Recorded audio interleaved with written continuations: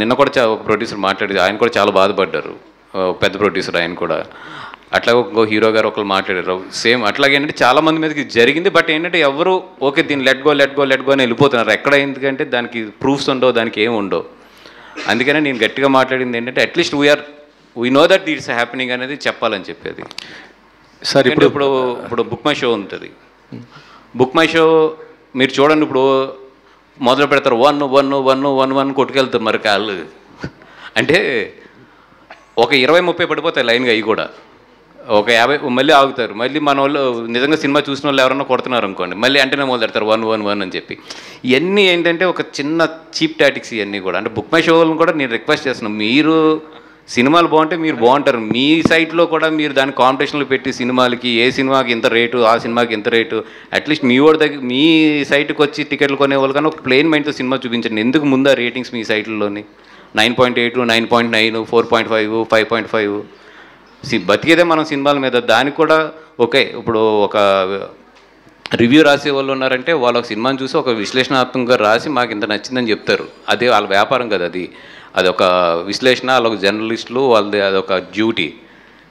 మనం book my show app కూడా నేను చెప్పేదాన్ని, మనం టికెట్లు అమ్ముకుని దాని మీద కమిషన్ తీసుకుని మనం కూడా ఒక సినిమాని ఇట్లా రేటింగ్ చేసి ఈ సినిమా బాగుంది, ఈ సినిమా బాగోలేదని చెప్పి అసలు టికెట్ ఎక్కడైతే కొంటాం సోర్స్, ఆ సోర్స్ దగ్గరే మీరు ఒక సినిమాని ఇది బాగుంది ఇది బాగోలేదని చెప్పేస్తే నిజంగా బాగున్న సినిమాకి ఎప్పుడూ తేడా రాదు. బాగానే ఉన్న సినిమా ఏమైపోతుంది అది.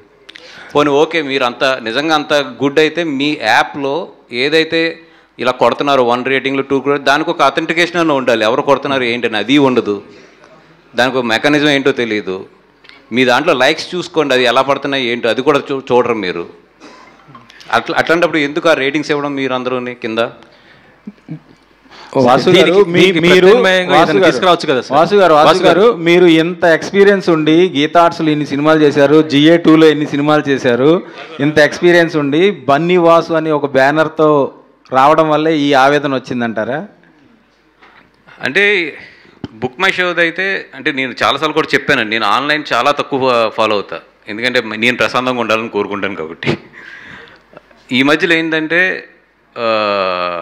ఒక్కొక్కటి మాట్లాడుతున్నప్పుడు చూస్తున్నప్పుడు అందరూ అనుకుంటున్నాం మాట్లాడాలని. బుక్ మై షోది ఇప్పుడు నేను ఏదో కొత్తగా ఎత్తిన టాపిక్ అది ఆల్రెడీ ఛాంబర్లో ఉన్న టాపిక్కే, నేను ఈరోజు పబ్లిక్గా ఎత్తాను అంతే. అది రిక్వెస్ట్ చేస్తున్నారు, వాళ్ళు అది వినట్లేదు, అందుకే నేను పబ్లిక్గా రిక్వెస్ట్ చేస్తున్నా.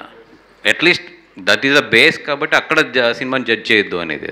సరే, బుక్ మై షో అంటే మీరు ఇలా మాట్లాడడం వల్ల అది ఎవరిని ఒకరికి టార్గెట్ అవుతుంది కదా, ఆ బ్యాలెన్స్ ఎక్కడ మిస్ అయ్యారని. Sir, I think it is an attack on free trade sir. అంటే ఫ్రీ మార్కెట్ అని ఒకటి ఉంటుంది, అందరు ప్లేయర్స్కి సమానంగా ఒక ప్లేస్ దొరుకుతుంది, వాళ్ళ ఆ రెస్పెక్టివ్ ప్లేసెస్లో వాళ్ళకి బిజినెస్ చేసుకునే అవకాశం దొరుకుతుంది. ఇప్పుడు నేను పక్కనోడి దొక్కి పక్కనోడి సినిమా అంటే ఇది వాసన సినిమా ఎంతనో నా సినిమా కూడా అంతే.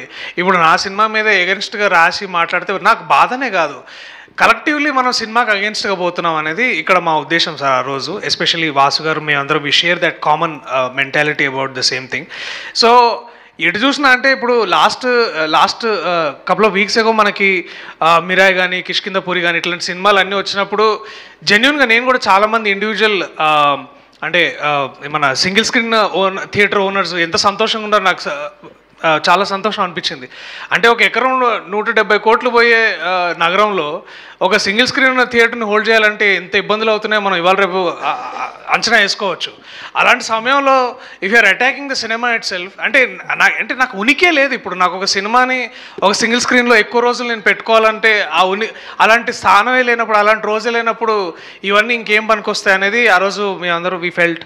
సో అందుకనే దాంట్లో వచ్చిన నుంచి ఆవేదన.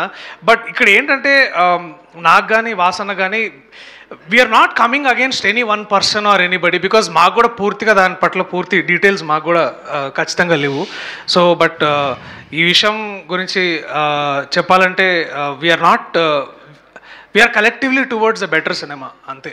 కరెక్ట్. కానీ ఇది ఒకరికి మీరు మీ ఆవేదన వ్యక్తం చేశారు, కానీ ఇది ఇంకొకరికి యాడ్వర్స్గా ఇంకోళ్ళని టార్గెట్ చేసినట్టు అయింది. ఇంకో హీరో పేరు కూడా వచ్చింది దీనిలో జరిగింది. ఎవరిది సార్? పేర్లు ఎందుకులే, ఇది ఎవరికైనా తగిలింటే వాళ్ళు భుజం తడుకుంటున్నట్టే అంతే. అంటే ఇప్పుడు నేను ఎవరు ఎగైన్స్ట్గా నాకు అదే అంటుంటే ఇప్పుడు దర్శి గారు అసలు వద్దు దానికి. ఇంకో క్లియర్ ఎవరైనా దర్శి గారు